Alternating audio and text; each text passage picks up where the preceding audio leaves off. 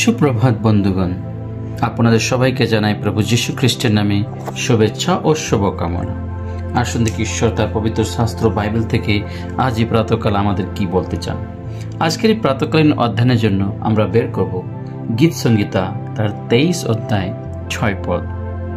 কেবল মঙ্গল ও দয়ায় আমার জীবনের সমুদয় দিন আমার অনুচর হইবে, আর আমি সদাপ্রভুর গৃহে চিরদিন বসতি করিব। ঈশ্বর তার সুন্দর বাক্যে আমাদের সকলকে আশীর্বাদ যুক্ত করুন, আমেন।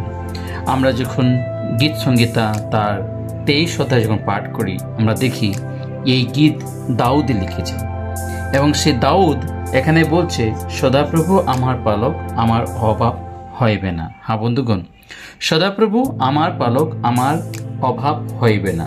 এবং তার শেষ পাঠটির মধ্যে লেখা আছে, কেবল মঙ্গল ও দয়ায় আমার জীবনের সমুদয় দিন আমার অনুচর হইবে। হালেলুয়া।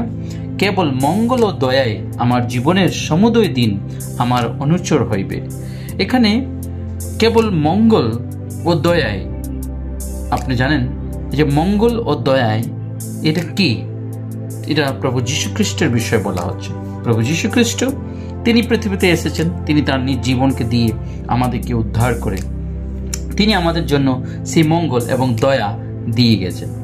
যদি আমরা আমাদের জীবনকে দেখি, তাহলে আমরা যোগ্য নই তার সম্মুখে দাঁড়ানোর, আমরা তার বাক্য সকলকে উচ্চারণ করারও আমরা যোগ্য নই, কিন্তু তিনি আমাদেরকে কেবলমাত্র প্রভু যীশু খ্রিস্টের সেই ক্রুশে যাওয়া এবং প্রভু যীশু খ্রিস্টের মধ্য দ্বারা আমরা সেই মঙ্গল ও দয়াকে আমরা পেতে পারি। তাই এখানে বলছে, মঙ্গল ও দয়ায় আমার জীবনের সমুদয় দিন, হ্যাঁ বন্ধুগণ, সমুদয় দিন আমার অনুচর হইবে। হালেলুয়া। আমার অনুচর হইবে, আমার এবং আপনার জীবনের অনুচর হইবে সেই মঙ্গল এবং দয়া, এবং সেটা সদাপ্রভু। আর আমি সদাপ্রভুর গৃহে চিরদিন বসতি করিব। তাই আজকে আমাদেরকেও নির্ণয় নেওয়া দরকার, যেভাবে দাউদ বলছে যে আমি সদাপ্রভুর গৃহে চিরদিন বসতি করিব। হালেলুয়া। চিরদিন বসতি করিব, সদাপ্রভুর গৃহে চিরদিন বসতি করব। হালেলুয়া। আজকের এই বাক্যে আমাদেরকে শেখাচ্ছে আমাদের জীবন, আমাদের প্রাণ, আমাদের শরীর সদাপ্রভুর গৃহ, এবং সেই গৃহে প্রভু বাস করেন। সেই প্রভুকে বাস করার জন্য সুযোগ যেন আমরা আমাদের জীবনে দিই। তাই দাউদ বলছে, আমি সদাপ্রভুর গৃহে চিরদিন বসতি করব। কি আমরা সেভাবে প্রার্থনা করতে পারি? কি আমরা সেভাবে প্রার্থনা করতে পারি প্রভুর কাছে? প্রভুকে বলতে পারি, প্রভু আমি তোমার গৃহে চিরদিন বসতি করিব। হালেলুয়া। প্রভু এই বাক্যে আমাদের সকলকে আশীর্বাদ যুক্ত করুন, আমেন। আসুন প্রার্থনা করি। পবিত্র বাহিনীর সদাপ্রভু, তোমার মনে ধন্যবাদ করি প্রভু, তোমার মঙ্গল, তোমার দয়ার জন্য যে তুমি আমার জীবনে দান করেছ প্রভু।